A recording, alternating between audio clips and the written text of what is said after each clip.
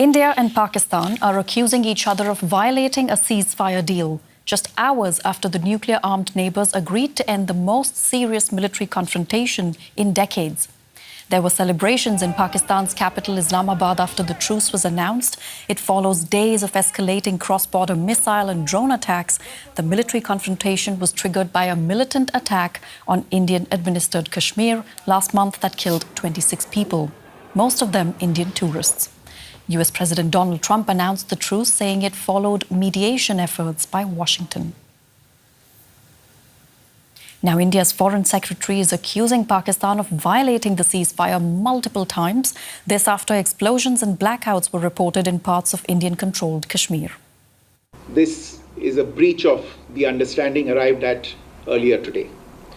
The armed forces are giving an adequate and appropriate response to these violations, and we take very, very serious notice of these violations.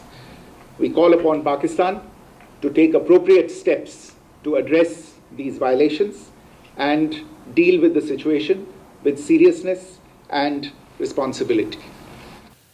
And Pakistan's foreign ministry released a statement saying it remains committed to the ceasefire and accused India of violating the truce. In a televised speech, the Prime Minister did not address the violations. Instead, he thanked the US and other countries for helping to broker the ceasefire deal.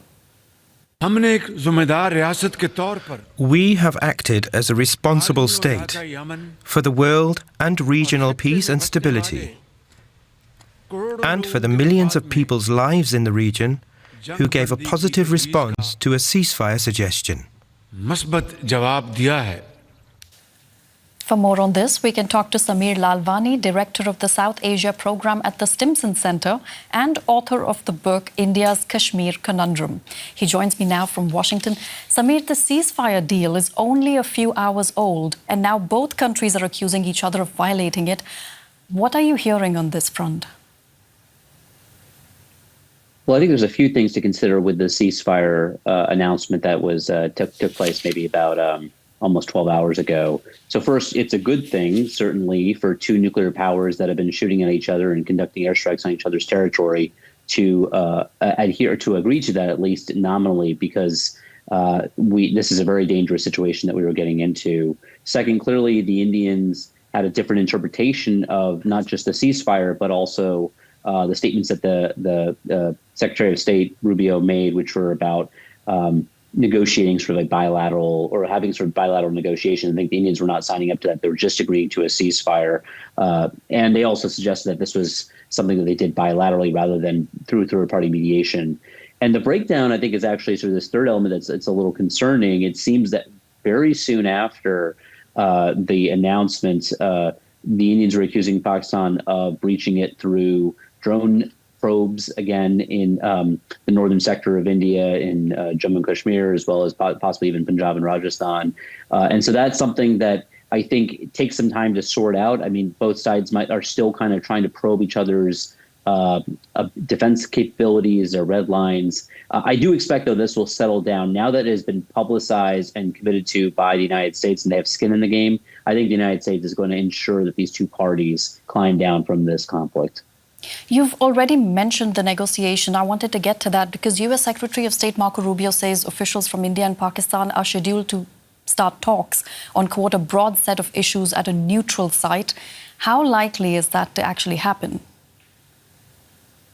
I think it's quite unlikely. This is a position that Pakistan prefers to have. Pakistan would like, I think in some ways, this crisis is an opportunity for Pakistan to reopen the Kashmir conflict and dispute and try to sort of get to a negotiating table. That is not something that appears to be in India's interest. So I think India immediately rejected that explanation and said this was just a ceasefire. There weren't going to be any bilateral negotiations. Ultimately, we would like to see a ceasefire to grow into something that's more stable, some sort of modus vivendi. But I don't think the Indians are signing up to that anytime soon. And they certainly wouldn't want that to be brokered by a third party like the United States. So I think that's probably dead on arrival, but there's other possibilities that can grow out of a ceasefire. Mm-hmm. Now, the conflict between India and Pakistan has a long history, as you know very well.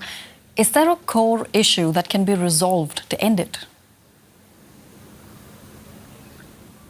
Well, I think there's a lot of elements at play here. I mean, the immediate one that I imagine that the Indians would be concerned about is the use of proxies and terrorism that, in cold blood gunned down a number of Indian citizens, over 25 Indian citizens, in kind of like basically execution style murders in Pahalgam. So that was disturbing enough that I don't think the Indians are ready to start having negotiations on Kashmir anytime soon. But I mean, ultimately, if both sides can adhere to certain principles, which are about not utilizing terrorism, not resorting to use of force, but trying to have sort of honest conversations about the state of the region, I imagine we can get to some sort of stable discussion, but I don't think that's any time soon, particularly given the levels of escalation that took place during this crisis. Well, we'll be watching that closely. That's Samir Lalwani. Thank you so much. You're welcome.